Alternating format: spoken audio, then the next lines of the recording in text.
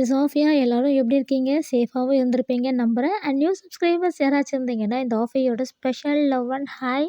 Saturday long video போட முடியல. அதான் மண்டே போட்டிருக்கேன். ஆனால் இனிமேல் அப்கமிங்ஸ் வீடியோ கண்டிப்பாக உங்களுக்கு சாட்டர்டே வந்துடும். இந்த வீடியோ கண்டிப்பாக உங்களுக்கு ரொம்ப பிடிக்கும். எம்ஏசி டேஸ்டியான ஒரு ரைஸ் இல்லை அரிசி பாயாசம் ரெசிபி அண்ட் என்னுடைய ஆயில் கிளீனிங் நான் எப்படி பண்ணுவேன்றது ஈஸி டிப்ஸாக ஷேர் பண்ண போகிறேன். ஸோ ஆஸ் யூஷுவல் மிஸ் பண்ணாமல் வீடியோ எண்டிங் வரைக்கும் பாருங்கள். கண்டிப்பாக பிடிக்கும். நல்லாயிருக்கும் பாருங்கள்.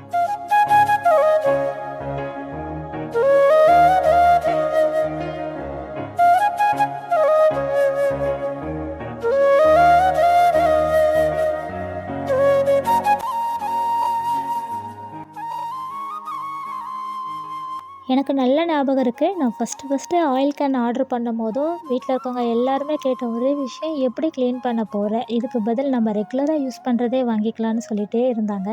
அந்த மாதிரி ரெகுலராக யூஸ் பண்ணுறதும் நம்மக்கிட்ட வந்து இருக்குது. ஒரு சேஞ்சுக்கு வாங்கலாம்னு எல்லாம் வாங்கினது தான். நான் சொன்ன மாதிரி இந்த பூனைங்களுக்கு பயந்து இதெல்லாம் ஆர்கனைஸ் பண்ணாமல் வச்சுருந்தேன். இந்த ஆயில் பாட்டிலில் நிறைய கோவில் திருவிழாங்களில் போட்டு வச்சுருப்பாங்க. அப்போவே வந்து நிறைய வாங்கணும்னு தோணிகிட்டே இருக்கும். ஆனால் வந்து எனக்கு ஒரு பயம் என்னென்னா, இந்த மூடியில் எப்படி நம்ம க்ளீன் பண்ணுவோம்? எப்படி க்ளீன் பண்ண போகிறோம்? குட்டி வாயாக இருக்கே, எப்படி பண்ண போகிறோம்னு நினச்சே வந்து ஃபஸ்ட்லாம் வாங்கவே இல்லை. அதுக்கப்புறமா ஆன்லைனில் பார்த்து ஆர்டர் பண்ணி வாங்கி வச்சது தான். நெக்ஸ்ட்டு இந்த black colour counter top stand வாங்கினதுக்கு அப்புறம் தான் ஓகே, இதெல்லாம் அரேஞ்ச் பண்ணலாம்னு ஒன்று ஒன்றா எடுத்து யூஸ் பண்ண ஆரம்பித்தேன். உண்மையை சொல்லணுன்னா, பாட்டில் யூஸ் பண்ணதுக்கப்புறம் ஸ்டீல் யூஸ் பண்ணுறதே நான் விட்டுட்டேன். பார்க்கவும் இது அழகாக இருக்கா, அதனால் அப்படியே கண்டினியூ பண்ண ஆரம்பிச்சிட்டேன். எப்போயாவது ஏதாவது ஃப்ரை பண்ணால் அப்போ மீதி ஆயில் இருக்கும் பார்த்தீங்களா, அதை ஊற்றி வைக்க மட்டும் நான் ஸ்டீலில் வந்து ஒன்று வச்சுருக்கேன். இதோட க்ளீனிங்லாம் ரொம்ப பெருசாலாம் இருக்காது. நான் ஜஸ்ட்டு ஹாட் வாட்டர் எல்லா பாட்டில்லையும் ஊற்றி அதில் விம் டிஷ்வாஷர் லிக்விட் இருக்குது பார்த்தீங்களா, உங்ககிட்ட வேறு எந்த டிஷ்வாஷர் லிக்விட்னாலும் ஊற்றிக்கலாம். எல்லார் வீட்லேயும் இருக்கிறது தான். அதே மாதிரி எல்லார் வீட்லேயும் இருக்கிற இந்த சோடா மாவு இருக்குல்ல, அதுவும் கொஞ்சம் கல் உப்பும், இவ்வளோதாங்க. சில டைம்லலாம் வெறும் விம் லிக்விட் ஹாட் வாட்டர் மட்டுமே வச்சுலாம் க்ளீன் பண்ணிவிடுவேன். இந்த பாட்டில் அடியிலலாம் ஏதாவது ரொம்ப கட்டியாக அடை மாதிரி ஆயில் பிடிச்சிருந்தா அதுக்கு மட்டும் கல் உப்பு போட்டு ஒரு குலுக்குனிங்கன்னா சும்மா சிட்டா கிளம்பி வந்துடுவாங்க. சுடு தண்ணி ரொம்பலாம் சூடாக இருக்கணும்லாம் அவசியம் இல்லை. சும்மா கைப்பொதுக்க இருந்தாலே போதும். எல்லாத்துலேயும் ஊற்றிட்டு விம் லிக்விடு தேவையான அளவுக்கு லிக்விட் ஊற்றிட்டு நான் சொன்ன மாதிரி பேக்கிங் சோடா, அதுக்கப்புறம் கல் உப்பு இதெல்லாம் போட்டு ஒரு 10 நிமிஷம் நீங்கள் அப்படியே விட்டுட்டிங்கன்னா அந்த ஸ்டீம்லேயே கொஞ்சம் அது எல்லாமே பக்காவாக ரெடி ஆகிடும். அதுக்கப்புறமா நம்ம நல்லா குலுக்கி வாஷ் பண்ணி ஊற்றுறதுக்கு கரெக்டாக இருக்கும். கல் உப்பு போடுறதுனால சூப்பராக இருக்கும். நம்ம இப்படி குலுக்கும் போதும் அந்த கல் உப்பு வந்து நரன்னு இருக்கும் இல்லையா, அது ஃபுல்லாக அழகாக உள்ளே இருக்கிறது எல்லாத்தையும் எடுத்துகிட்டு வந்துடும். நம்ம இதுக்குன்னு தனியாக ஸ்க்ரப்பு போட வேண்டிய அவசியமே கிடையாது. இன்னும் சொல்ல போகணுன்னா, இந்த வாட்டர் பாட்டில் க்ளீனிங் ப்ரஷ் இருக்குது பார்த்தீங்களா, இது வந்து அந்த 2 ஹைட்டாக வச்சுருக்கேனே, அது உள்ளே போகவே போகாது சுத்தமாக. அந்த ப்ரஷ்ஷுன்னு இல்லை, வேறு எந்த ப்ரஷ்ஷும் அது உள்ளே போட்டு நீங்கள் க்ளீன் பண்ண முடியாது. அதனால் அதுக்கு பெட்டர் ஆப்ஷன் கல்லுப்பு போட்டு சும்மா ஒரு குலுக்குனிங்கன்னா நான் சொன்ன மாதிரி சிட்டா கிளம்பி வந்துடுவாங்க. உங்களுக்கு நல்லாவே டிஃப்ரெண்ட் தெரியும். இது வரைக்கும் நீங்கள் அந்த மாதிரி யூஸ் பண்ணலை அப்படின்னா கண்டிப்பாக வந்து கல்லுப்பு போட்டு ட்ரை பண்ணி பாருங்கள். அதே மாதிரி நீங்கள் ஆயில் பாட்டில் யூஸ் பண்ணிகிட்ருக்கீங்க அப்படின்னா நீங்கள் எப்படி க்ளீன் பண்ணுவீங்க? அதாவது இப்போ நான் எப்படி க்ளீன் பண்ணுறேன், இந்த மாதிரி இல்லாமல் நீங்கள் எதாவது டிஃப்ரெண்ட்டாக பண்ணுறீங்கன்னா எனக்கு கமெண்ட்டில் சொல்லுங்கள். நெக்ஸ்ட் டைம் நான் க்ளீன் பண்ணும்போது கண்டிப்பாக அதை ஃபாலோ பண்ணுறேன்.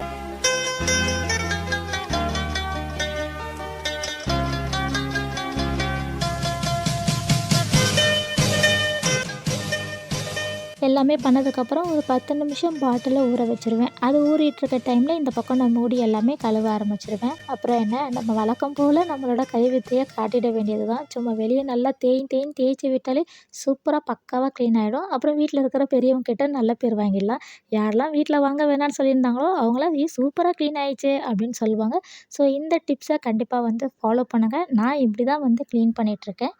என்கிட்ட இருக்க எல்லா ஆயில் பாட்டில், அந்த பிளாக் கலர் ஸ்டாண்ட் எல்லாமே ஆன்லைனில் வாங்கினது தான். அதுவும் நம்ம திருட்டுத்தனமாக கிச்சனில் ஒரு மசால் டப்பாவில் போட்டு வச்சுருப்போம்ல ஒரு அமௌண்ட்டு, அந்த ரேஞ்சில் தாங்க வரும். ஸோ தாராளமாக வாங்கிக்கலாம். சாரி திருட்டுத்தனமாக சொல்லிட்டேன். நம்ம பொறுப்பாக குடும்ப ஹிஸ்டரியாக அது இதுன்னு சிக்கனம் பண்ணி ஒரு செலவு எதுவும் பண்ணாமல் அதுலேருந்து ஒரு அமௌண்ட் எடுத்து வச்சுருப்போம் பார்த்தீங்களா, அந்த அமௌண்ட்டை சொல்ல வந்தேன். அப்புறம் இப்போ இந்த க்ளீன் பண்ணிகிட்ருக்க இந்த ப்ரஷ்ஷு வந்து நான் இதுக்கு முன்னாடி ஒரு வீடியோ போட்டிருந்தேன், ஒரு சின்ன ஷார்ட்ஸு. மீஷோவில் வந்து டிஷ்வாஷர் ஸ்க்ரப் வந்து வாங்கியிருந்தேன். துணி மாதிரி இருக்கும், சூப்பராக இருக்குன்னு கூட ரிவ்யூ பண்ணியிருப்பேன். 5 வாங்கியிருந்தேன். அது செட் ஆஃப் 5 வரும். அதுக்கு கொடுத்த ப்ரஷ்ஷு தான் இது. நான் வந்து இந்த ஆயில் க்ளீன் பண்ணுறதுக்கு, கேஸ் ஸ்டவ் க்ளீன் பண்ணுறதுக்குலாம் யூஸ் பண்ணிகிட்ருக்கேன். இந்த ப்ரஷ் வந்து நல்லாவே யூஸ் ஆகுது. இந்த ப்ரஷ்ஷுன்னு இல்லை, அந்த ஸ்க்ரப்பு கூட சூப்பராகவே வந்து யூஸ் ஆகுது.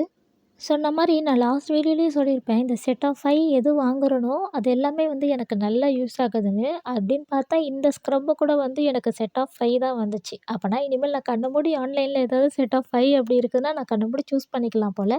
அதுக்குள்ள எங்களெல்லாம் பார்த்தா திருடி வைக்கிற மாரியா இருக்குன்னு சொல்லிட்டு தோசை கரண்டி, ஜல்லி கரண்டி தூக்கிட்டு வந்துராதீங்க. நானும் உங்கள மாதிரி தான். சும்மா ஃபன்னுக்காக அப்படி சொன்னேன். நான் சொன்னேன்ல ஒரு துணி ஸ்க்ரப்பு அதுதான் இது. நல்லாயிருக்கும். ஸ்டீல் ஸ்க்ரப்பு மாரிலாம் வந்து எந்த ஒரு பெயினும் இருக்காது. பாத்திரத்துக்கும் எந்த டேமேஜும் ஆகாது. வழக்கம் போல லிங்க் எல்லாமே வந்து உங்களுக்கு டிஸ்கிரிப்ஷன்ல தரேன். ஹலோ எங்க போறீங்க? டிஸ்கிரிப்ஷன்ல இருக்குன்னு சொன்னா போதுமே, நம்ம அக்காமாருங்கலாம் உடனே வீடியோவ பாஸ் பண்ணிட்டு வெளிய வந்துட்டு லிங்க்க தொட்டு அப்படியே ஷாப்பிங் போயிட வேண்டியது. உங்கள நம்பி எவ்வளோ பொறுப்பா வீடியோ போட்டுருக்கேன். வாங்க எல்லாம் கம்முன்னு வந்து உட்காந்து வீடியோ ஃபுல்லா பாருங்க. சமத்தா நடுவுல 2 விளம்பரம் வரும். அந்த டைம் தான் உங்களுக்கு இன்டர்வல் டைம். அந்த டைம்ல சட்டுப்புட்டுன்னு எல்லா வேலையும் முடிச்சுட்டு ஆட்லாம் முடிஞ்சதுக்கப்புறம் கூட நீங்க வந்து உட்காந்து பார்க்கலாம். ஏங்க சும்மா ஃபன்னுக்காக சொன்னேங்க. அப்புறம் தப்பா எடுத்துட்டு கமெண்ட் பண்ணிடாதீங்க. அப்புறம் முக்கியமான ஒரு விஷயம் சொல்லணும்னு நெனச்சேன். ப்ளீஸ் பாம் ஆயில் யாராவது ரெகுலரா யூஸ் பண்ணீங்க அப்படின்னா, ப்ளீஸ் அவாய்ட் பண்ணிக்கோங்க. ஏதோ வருஷத்துக்கு 2, 3 தடவ அப்படின்னா ஓகே. ஆனா ரெகுலரா எடுத்துக்க வேண்டாம் சொல்லணும்னு தோணுச்சு. எனக்கு புரியுது ஒரு சில பேரோட வருமானத்துக்கு ஏத்த மாரி தான் நீங்க அத யூஸ் பண்ணிட்டு இருக்கீங்கன்னு. ஆனா ஒரு ரூ. 100 நீங்க எக்ஸ்ட்ரா போட்டீங்கன்னா நல்லெண்ணெய், கடலை எண்ணெய் வாங்கிக்கலாம். ரெகுலரா பாம் ஆயில் யூஸ் பண்றதுக்கு ஒரு 3 ஸ்பூன் யூஸ் பண்றீங்கன்னா, இத அட்லீஸ்ட் 1 ஸ்பூன் யூஸ் பண்ணி கொஞ்சம் சிக்கனம் பண்ணிக்கலாம். இந்த மாரி சேர்த்து பண்ணீங்கன்னா, உங்களுக்குமே வந்து கட்டுப்படி ஆகும்னு நெனைக்கிறேன். ஸோ பாம் ஆயில் யூஸ் பண்றத நிப்பாட்டிட்டு இந்த மாரி வந்து எண்ணெய்க்கு மாறிடுங்க. இது வந்து உங்க ஹெல்த்துக்கும் நல்லது. மொத்தத்துல எல்லாத்துக்குமே நல்லது. நான் சொன்னேன் இல்லையா, இந்த மாரி ஒரு குலுக்கு குலுக்குனீங்கன்னா பக்காவா கிளீன் ஆயிடும்ன்ட்டு. வாஷ் கூட பண்ணல. ஆனா பாருங்க எவ்வளோ நல்லா பளபளன்னு இருக்கு. இப்ப வெளி சைடுலலாம் மறுபடியும் நம்ம கைவித்திய காட்டி நல்லா தேய்ச்சு கழுவி எடுத்தீங்கன்னா, சூப்பரா ரெடி ஆயிடும். அதே மாரி வாஷ் பண்ணதுக்கப்புறமா நான் வந்து கொஞ்ச நேரத்துக்கு ஒரு ஒரு 1 டேக்கு வந்து அப்படியே கவுத்தி வச்சிருப்பேன். அதில இருக்க தண்ணியெல்லாம் வெளிய சொட்டிடும். மறுபடியும் வந்து ஒரு நாள் வந்து அப்படியே நிமித்தி வைப்பேன். கொஞ்சம் அது உள்ள இருக்கிற தண்ணியெல்லாம் காயணும் அப்படின்னு சொல்லிட்டு. இப்ப மழை டைம் இல்ல. ஸோ வெயில் டைம்னா நீங்க அப்படியே டைரக்ட்டா எடுத்துன்னு போய் வெளிய வச்சாலே உங்களுக்கு நல்லா காஞ்சிரும். நல்லா காஞ்சதுக்கப்புறம் ஆயில் வந்து ரிஃபில் பண்ணி வச்சுக்கோங்க.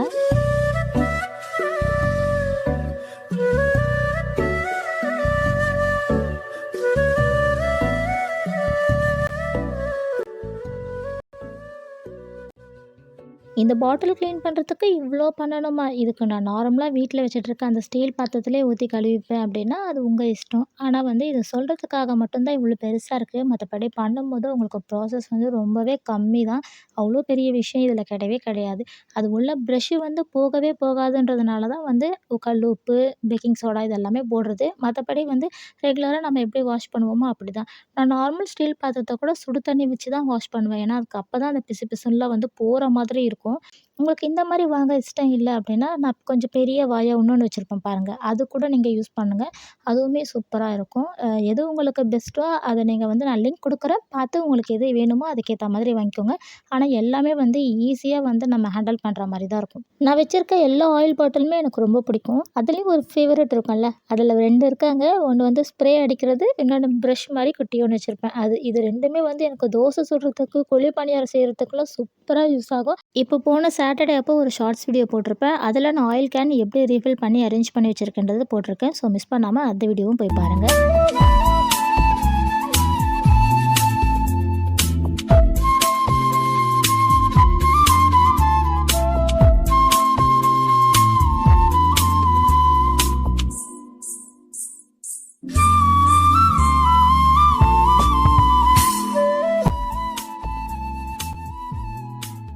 லாஸ்ட் மண்டே ஷார்ட்ஸில் வந்து நான் சொல்லியிருந்தேன், இந்த பாக்ஸ்க்குள்ளே என்ன இருக்குதுன்றத நம்ம கேர்ள்ஸ் அண்ட் லேடீஸ் கண்டுபிடிங்க அப்படின்ட்டு. அதில் 2 பேர் வந்து கண்டுபிடிச்சி சொல்லிட்டீங்க பேங்கிள்ஸ் அப்படின்ட்டு. ஸ்ரீ பேங்கிள்ஸ்ன்ற பேஜ்லேருந்து இந்த வளையல்லாம் நம்மளுக்கு அனுப்பியிருந்தாங்க.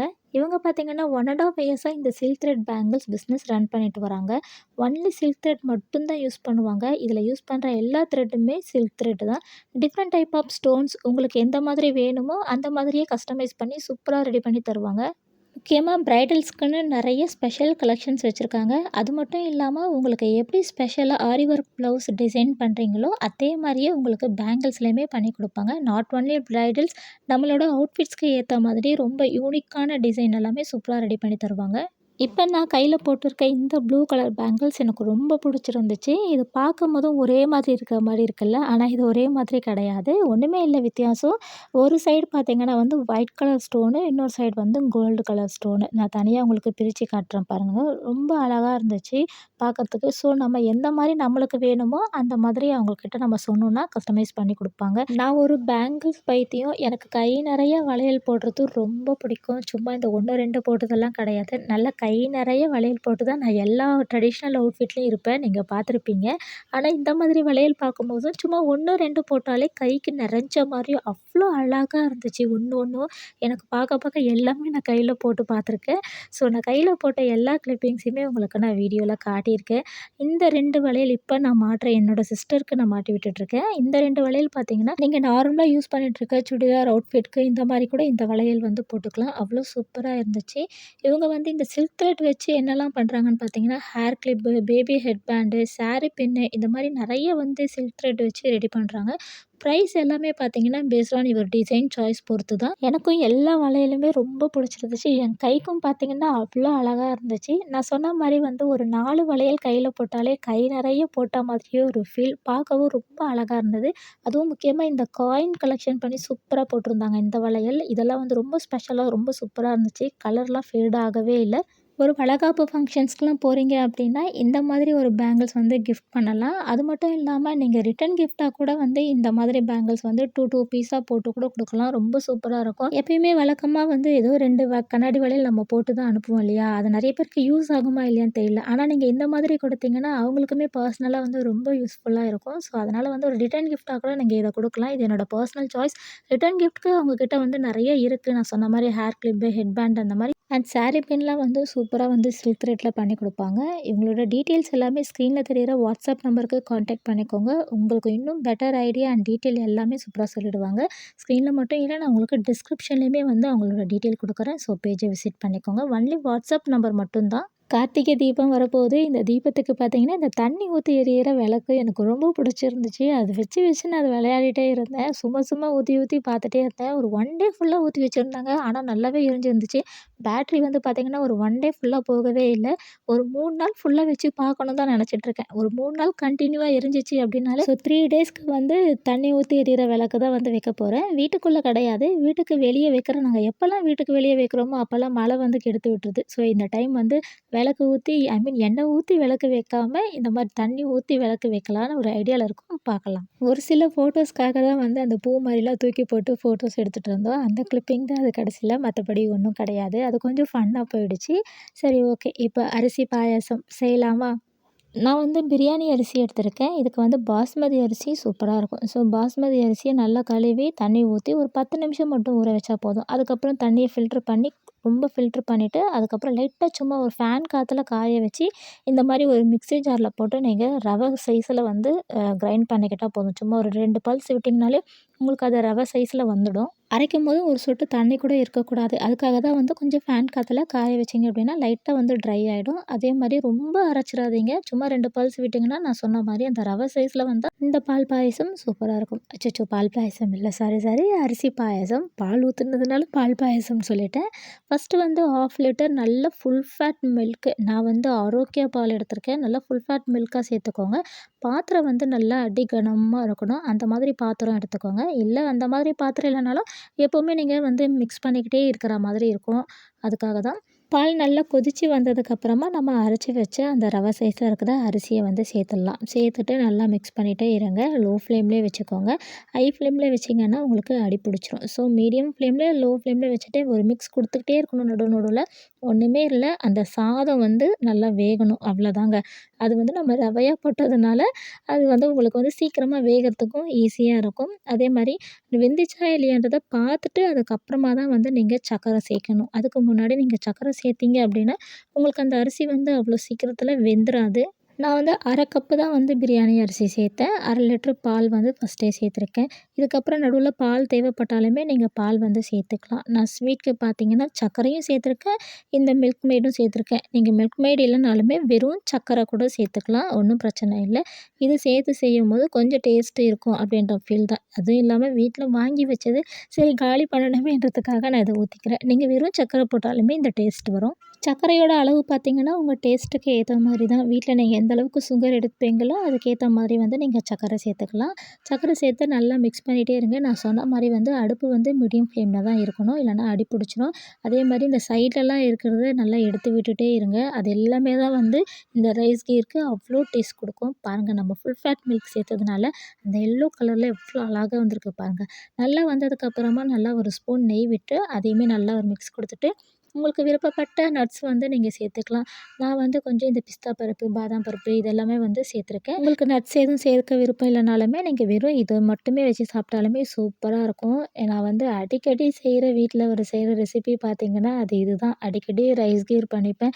நான் மட்டும் தனியா இருக்கும்போது கூட ஏதாச்சும் சாப்பிடணும், ஸ்வீட்டா சாப்பிடணும்னு தோணுச்சுன்னா, இந்த விஷயம் செஞ்சுப்பேன். இல்லன்னா வழக்கமா எல்லார் வீட்லயும் செய்ற கேசரி பண்ணிப்பேன். ஆனா நான் பாயாசம், சேமியா பாயாசம் விட இந்த ரைஸ் கீர் பாயாசம் எனக்கு ரொம்ப பிடிக்கும். ரொம்பவே பிடிக்கும். இன்னும் சொல்லப்போனா நான் வந்து இத எடுத்து ஃப்ரிட்ஜில வச்சு அதுக்கப்புறமா தான் நான் வந்து சாப்பிடுவேன். இது சூடா சாப்பிடுறத விட சில்லுன்னு சாப்பிடும்போதும் வேற லெவல்ல இருக்குங்க. யாருக்கெல்லாம் குல்ஃபி ஐஸ் ரொம்ப பிடிக்குமோ, அவங்களுக்கெல்லாம் நிச்சயமா இது வந்து ரொம்ப பிடிக்கும். இது வந்து பார்த்தீங்கன்னா, கொஞ்சம் ஆறுனதுக்கப்புறம் உடனே கட்டியாயிடும். ஸோ, அதனால தான் இன்னும் கொஞ்சம் பால் சேர்க்கறதா இருந்தா, நீங்க தனியா பால் காய்ச்சி வச்சுக்கோங்க. கடைசியில வந்து நீங்க பால் சேர்த்துட்டு கூட ஒரு மிக்ஸ் குடுத்துக்கோங்க. முக்கியமா ஏலக்காய் பொடி சேர்த்துக்கோங்க. நான் ஏலக்காய் பொடி இல்ல. அதனால நான் சேர்த்துக்கல. ஏலக்காய் பொடி சேர்த்துக்கோங்க. அதேமாரி உங்களுக்கு சாஃப்ரான் கலருக்கு வந்து நீங்க குங்குமப்பூ சேர்க்கறதா இருந்தா சேர்த்துக்கலாம். குங்குமப்பூக்கு சும்மா வந்து ஒரு 2 ஸ்பூன் பால் நல்லா சூடான பால்ல முன்னாடியே குங்குமப்பூ போட்டு வச்சுட்டிங்கன்னா, அந்த கலர் வந்துரும். அதுக்கப்புறம் இத நீங்க சேர்த்துக்க வேண்டியது தான். நான் வந்து குங்குமப்பூவே சேர்க்கல. ஆனா அந்த அளவுக்கு வந்து எல்லோ கலர்ல சூப்பரா ஃபுல் ஃபேட் மில்க் சேர்த்ததுனால செம்ம கலரா வந்துடுச்சு. என் ஹஸ்பண்ட்க்கு இது ரொம்ப பிடிக்கும். நான் செஞ்ச உடனே 2 பவுல் காலி பண்ணிட்டாரு. வீட்ல இருக்கவங்க எல்லாருக்குமே இது வந்து ரொம்பவே பிடிச்ச விஷயம் தான். நீங்களும் ட்ரை பண்ணுங்க. கண்டிப்பா உங்களுக்கு பிடிக்கும். அண்ட் இந்த வீடியோ இதோட முடியுது. Next long video coming Saturday கண்டிப்பா வரும். எல்லா நாளும் ஷார்ட்ஸ் அப்லோட் பண்ணிட்டுருக்கேன். ஸோ மிஸ் பண்ணாம பாருங்க. பாய்.